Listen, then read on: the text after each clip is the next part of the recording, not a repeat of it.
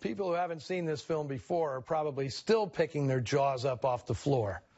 Now, whether you bought the big twist or not, I give Douglas Morrow and the producers a lot of credit for going with an ending that is truly noir, one that spit in the eye of the prevailing happily ever after normalcy of the 1950s. By most accounts, Fritz Lang didn't try to reshape or rewrite the script, as he liked to do in his halcyon days. But he did lock horns with producer Bert Friedlob over how far to go with the finish.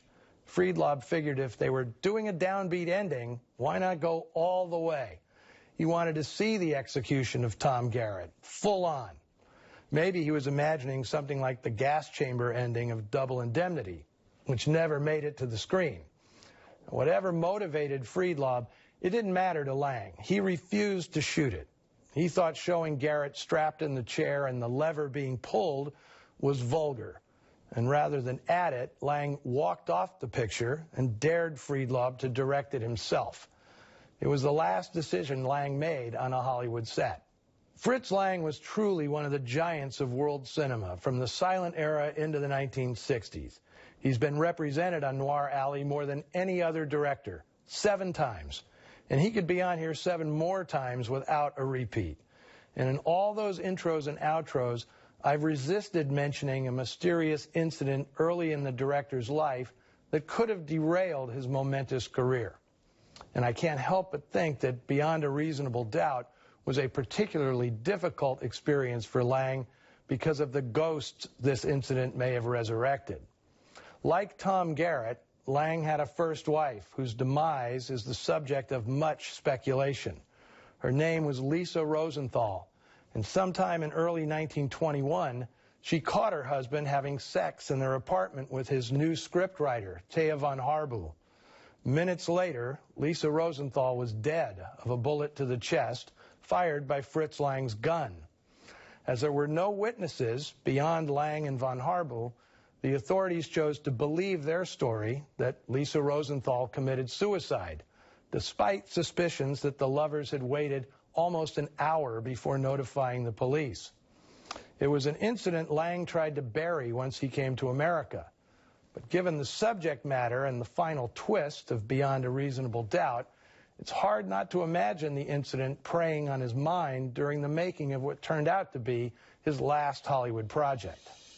As for Dana Andrews, by this point his alcoholism was an open secret in Hollywood.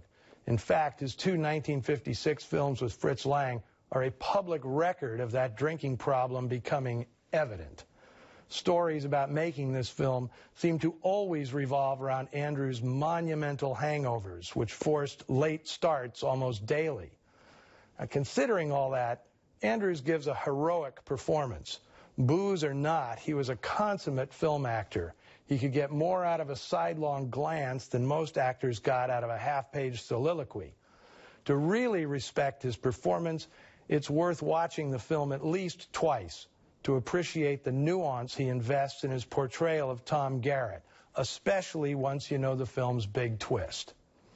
And speaking of twists, how about Barbara Nichols, one of the great twists of the 1950s, who had her breakout role in this film as ill-fated burlesque dancer Dolly Moore. The role wasn't a stretch for her. She'd been a showgirl in her youth, although accounts differ as to whether burlesque was part of her act. Nichols always struck me as Judy Holliday's raunchier kid sister, an act she patented in films like Pal Joey, The Pajama Game, and perhaps most memorably, Sweet Smell of Success, where she played Rita, the cute and not-so-innocent cigarette girl who gets used by scheming Sidney Falco. Nichols was always one of the bright spots in any film she made, and it's a shame she didn't make more. After steady work on TV in the 60s and 70s, she passed way too early, at only 47, after making her last film, Wonton Ton, The Dog Who Saved Hollywood, in 1976. That'll do it for this week. Check us out on the Noir Alley Facebook page and Twitter feed. And just remember that anything you post there may end up being circumstantial evidence used against you in a court of law. So play nice.